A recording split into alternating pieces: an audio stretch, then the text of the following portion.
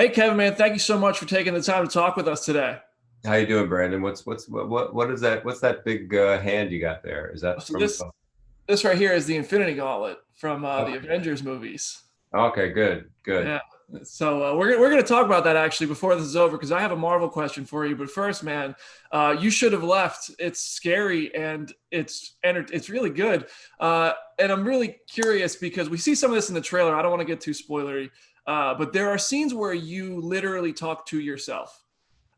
So I'm curious, when you're on set, what is going on there? Like, is there a stand-in and then you go shoot the other part? How does that work? Yeah, we usually have a stand-in that I can, focus on and actually talk to. I don't think that anything that's in the movie, I don't think there's any actual images that end up being somebody other than me. I started making movies and started making scary movies at a time when actually accomplishing that would be incredibly difficult and costly from a special effects standpoint. And nowadays, it's a and pretty easy cut and paste kind of thing to do. But it is a challenge to talk to yourself and work with yourself for sure. Um, I think that one of the reasons why I like this genre is that there are acting challenges that exist because you're going to be 75% of the movie is going to be you scared, and tempering those degrees of fear and making sure that you're not repeating the same kind of even looks on your face over and over again is part of the work. Yeah, listen, 3 months of being at home, I feel like I'm starting to talk to myself as well a little bit. In the film, you also get one of the kind of most classic horror movie treatments I feel like all big stars have to go through. There's kind of like a demon that vomits of some kind of gook all over you at some point. And on set, do you just have to go through that like 100 times? Are they just pumping kind of like some kind of like slime onto you? What is that like? Yeah, it's listen, it's that's part of making these kinds of movies is things are slimy and gross and uncomfortable, and you're in situations where you're that. I mean, that's part of the fun. I'm one of those people that I still really, I've seen so many different things happen and been in so many different situations on movie sets, but I am not jaded about the magic of the smoke and mirrors. I still really love it. I love to watch how we're all going to get together and figure out something that's in the script, and how to actually physically do it, is always kind of great. And to see the different jobs that people on crews have to, that the way that they, problem solve is something that I really admire. I got to talk to you really quick about some geek stuff. Behind me, you see the Infinity Gauntlet, a prop from the Avengers movies. You're famous in the Marvel universe. Are you aware of that? Well, I mean, I was, I was, I mean, there was the mention in Guardians, which I thought was pretty amazing. I didn't really know anything about it, and then I went and sat in the movie theater, and somebody just said to me, "Have you seen that movie yet?" And I said, "No, I'm going, but I haven't seen it yet." And I'm sitting in the movie theater, and I went, "Wow, that's some shout out." And then you get the Is Footloose still the greatest movie in history? I love that. Yeah, it's cool. It was cool. I did a movie with James Gunn it was a movie that he did before he started that series, and it was tiny little movie. And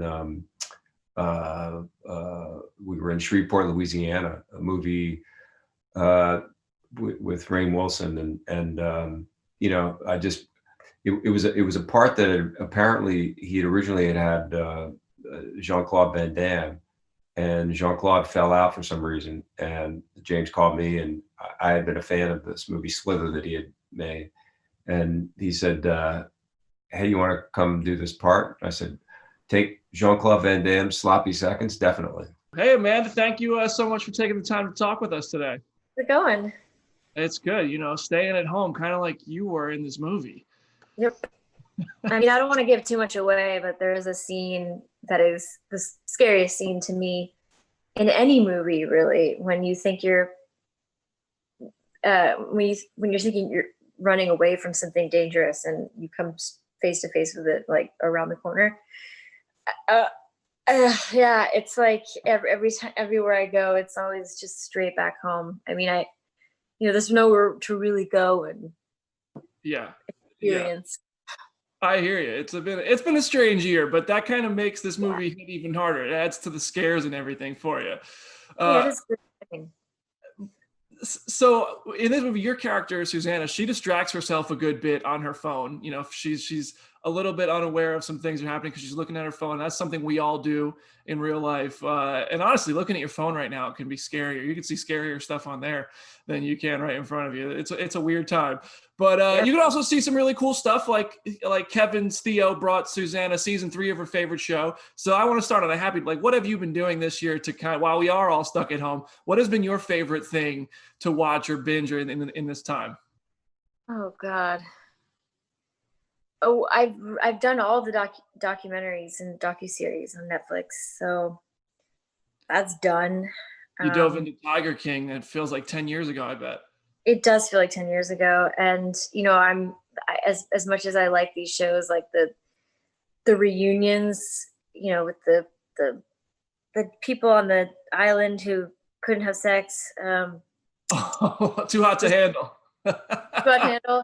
The reunion shows are just like, they're at their house. No, I don't want to, I still want to see them out and about, like as if things are normal. That's what I don't want to see people on. I don't want to see Chris Harrison on Monday night from his house. Sorry, I'm a Bachelor fan. Yeah, no, we're running out of things to watch, and it's a little bit stressful.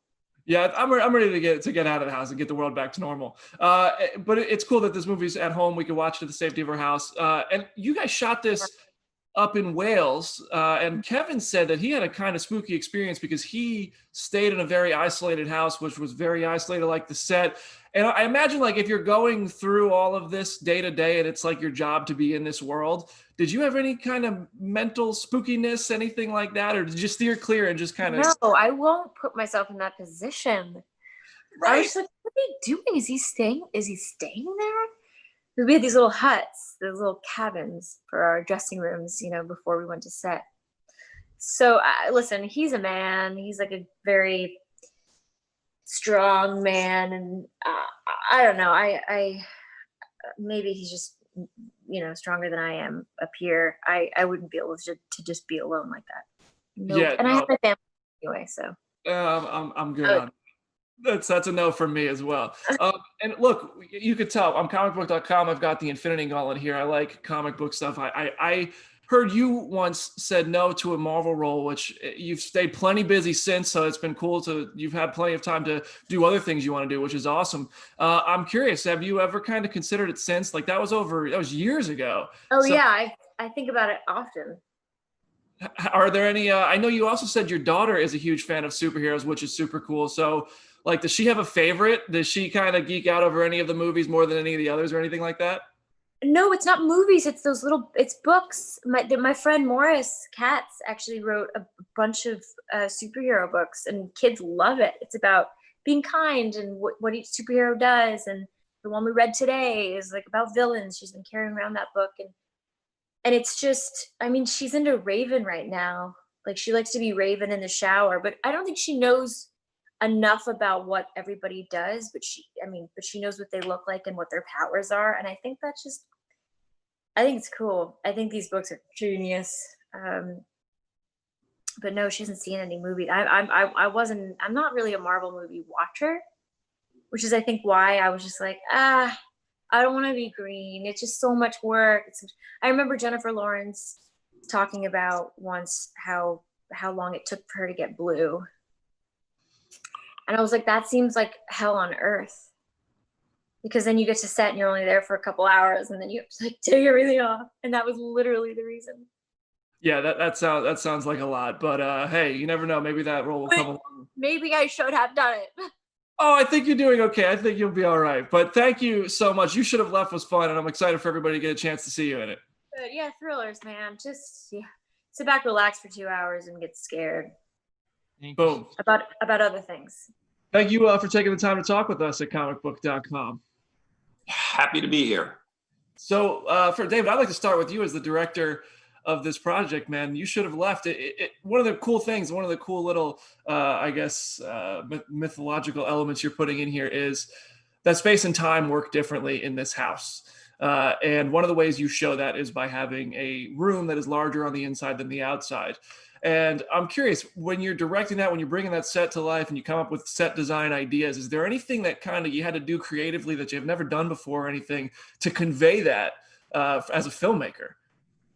Well, it's pretty liberating because, you know, you're often doing your interiors and your exteriors at different places. And so you're trying to match. And in our case, we wanted to push it and have them walk through the door and have it be too big on the inside than it is on the outside, but not so far, not so ridiculous that they run screaming out of the house. You know, that's always the challenge in this kind of movie. Like the challenge in a thriller is, why don't they call the police? And you better answer that question adequately. And I think the challenge in a scary house movie is, why the hell don't they get out of there? And you better answer it right, and you better answer it convincingly throughout, or the audience will desert you. So we wanted to make those changes and have it be weird at the start, not so weird they leave, and then expand its weirdness as the movie goes on. Yeah, you did a good job of slowly like dropping that in, but I will say I'll take free extra square footage in my house if you guys figure out that room. I'll take that. Apparently it comes at a price, so I don't know. Yeah, maybe not. So Jason, I'm also curious your perspective with, so You Should Have Left goes straight to on demand, which is something we've seen. I mean, it's been a pretty successful model, especially in the past 3 months as theaters have been shut down. And you have your hands in so many projects, so I feel like you're a good person to weigh in on this. When a filmmaker such as yourself or anybody is approaching a film, does anything change, you think, when you're looking at it as a theatrical release versus a video on demand release that you know people are going to watch for the first time in their living room or in a theater? I mean, because that's something we're going to be facing going forward, I think, a lot. I don't think so. In the process of making the movie or what we look for creatively, I think we're trying to tell great, you know, scary, intense, you know, edge of your seat stories, and I wouldn't change what we're trying to do based on the destination of where it would wind up. Interesting. And I'm curious, did y'all do anything to scare the act? Because Kevin has done plenty of horror stuff. I feel like he's a tough guy to scare. Did you guys do anything on set to kind of get under his skin and really set the tone and make sure he's on edge? I did that on the last movie we did together, which was about 20 years ago. I needed to startle him, and I got a starter's pistol, and I fired it when he wasn't looking. And I got a far worse reaction. It just kind of pissed him off, and he said, "I don't need that." so I didn't do that. I knew better than to do that this time. He's obviously such an accomplished actor, and everything is very carefully calibrated. And he's also keeping in mind where he's going. So, you know, you have a scared face, but you better come to a scary movie with, 17 scared faces. Otherwise, you're going to be doing the same thing the whole time. Yeah. And because our movie becomes kind of a Rubik's Cube of, how many times have I gone through this door and which part of the thing is this? And, so we really almost had to keep a flow chart of where he's at in levels of freaked outedness. And David, I do have one question for you about another project that you recently said you took this time to get Bride of Frankenstein's script to a place you're really proud of. And I mean, was part of a universe. Now it might be on its own. I'm curious if you can give us any idea. Is there a possibility for that to be connected? Is it standalone? Can you give us like a sample platter of what to expect from your creative work there? It's definitely standalone. I mean, Universal famously tried this idea of great big connected horror movies in a thing, and it didn't work, and it didn't work really spectacularly. And I was impressed that they stood back and said, hang on, let's give this a year or two and really think about it and come at these in a singular way and see what filmmakers, let's listen to filmmakers with distinctive points of view. And I think the first one that really broke through is Jason's Invisible Man, which was made as a really well thought and well conceived idea that existed completely on its own. and it was made for a reasonable amount of money, which actually gives you more creative freedom rather than less. And I think that kind of showed the way that they can go with some of their things. So Bride of Frankenstein, I certainly looked at and learned from their Invisible Man experience and thought, how can I make this a present day story that's kind of bold and and that people would be interested in, that they can actually make. So I felt liberated. So I like the way it turned out. We'll see what happens. Well, I trust you on that. I can't wait to hopefully see it soon. And Jason, any idea when we'll see the Halloween Kills trailer? I'm working on it. I hope soon.